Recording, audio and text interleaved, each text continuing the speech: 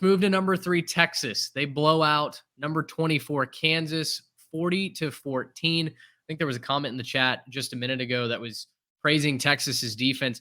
Their defense was really good today. Certainly not the story of the day. That's going to be the 661 total yards of offense. As we talked about off the top, Jalen Daniels did not play. It did show. Jason Bean is a good quarterback, no doubt about it. He's thrown for over 3,000 yards in his collegiate career, both at UNT and then at Kansas. But today he did not have what it took to beat the Texas Longhorns. They hung around a little bit, hung around in that first half, but Quinn Ewers has another solid performance. And Trey, Texas got whatever they wanted on the ground. We talked about this in the season preview for Texas, and both of you were a little hesitant that Bijan would not be able to be replaced so easily. They haven't replaced his consistent large numbers, but boy, today I think showed you what they have in that backfield with Jonathan Brooks. It's Cedric Baxter cleaning up as well, but Brooks has the monster day. Yeah, Jonathan Brooks definitely cemented himself as the lead bell cow back in this offense this week. I think he'd had a couple good games leading up to this, but this was his true breakout. 21 carries, 218 yards, and 2 touchdowns.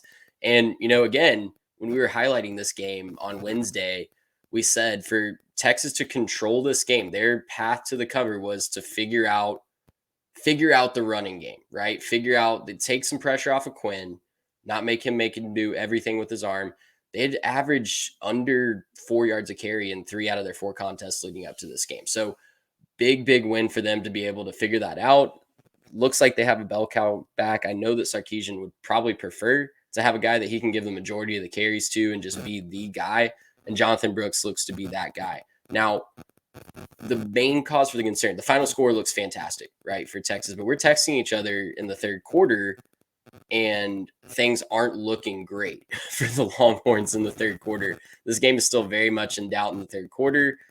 Whatever you want to read into it, that's fine. That's just kind of how Texas has played ball this year. They've played close to opponents for 3 quarters, and then they really separate themselves. The talent starts to show in the fourth quarter when you're thinking about the Rice game, the Wyoming game, this game against Kansas. So kudos to them for net cracking there at the end, but they're going to have to start faster. That's my one nitpick with Texas right now. Got to figure out how to start fast. It gets real next week against Oklahoma, and if they're not starting fast in that one, they might not be able to get off to as much of a turnaround as quickly.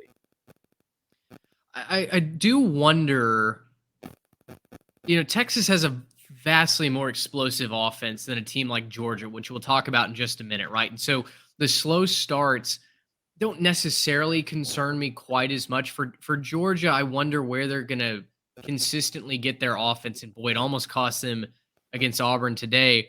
Our friend Sam Conn Jr.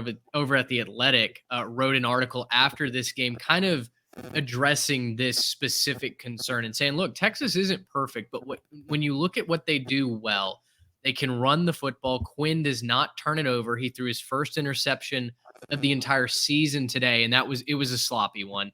Definitely cost them points there at the end of the first half. But as a whole, Quinn is making smart decisions. They have the superior playmakers out wide in the vast majority of their matchups.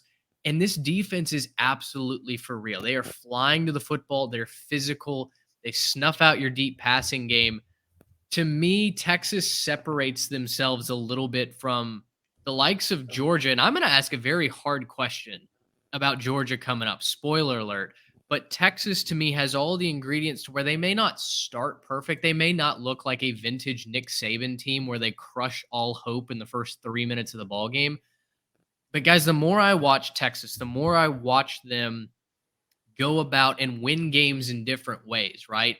We've watched them win it through the air. Today, we watched them win it on the ground. I'm really believing that this Texas team is for real. And, we've got a couple of comments in the chat as well. Texas against Oklahoma. The ultimate litmus test is next week in the Red River rivalry. Early line, I saw thrown around maybe 3.5. I would take the Longhorns in that bet right there. So I'm a believer in Texas. Garrett, where do you net out here on the Longhorns? I think the Longhorns are playing real good football. I think For me, I don't think they put a full game together. I think they put some really good moments together. I think they've done a lot of good things and, found ways to win, but I don't think they've put a full game together. And I think that's the scary part for everybody else is the fact that they haven't put a full game together and they've still won all their games and been pretty convincing in most of them. So I think that's the thing you have to acknowledge is even though they haven't put together their best effort, they still have looked really, really good. And, are they going to be without fast starts? Could they find themselves down next week to Oklahoma? Could they find themselves in a position where, they're looking up at some people going home through the end of the season? Yeah, sure. But like, I still think this is a team that can climb back, that can fight back from that. I'm curious to see what happens if they don't start to do that, start to get down, don't really find it, but we just haven't seen it happen for them yet. So I think until they do that, you have to say it's a pretty good squad. And, even though I haven't necessarily been convinced by the quality win that they've had, I don't think Bama's necessarily all that good this year. So, I think it's a good win on the road. It's not as good as maybe a Bama win would be previous years. I still think this is a really good squad. I'm very curious to see what Texas does against Oklahoma. The last two undefeated teams left in the Big 12. John letting us know Texas currently favored at 4.5 on DraftKings. Gracious him. How about that?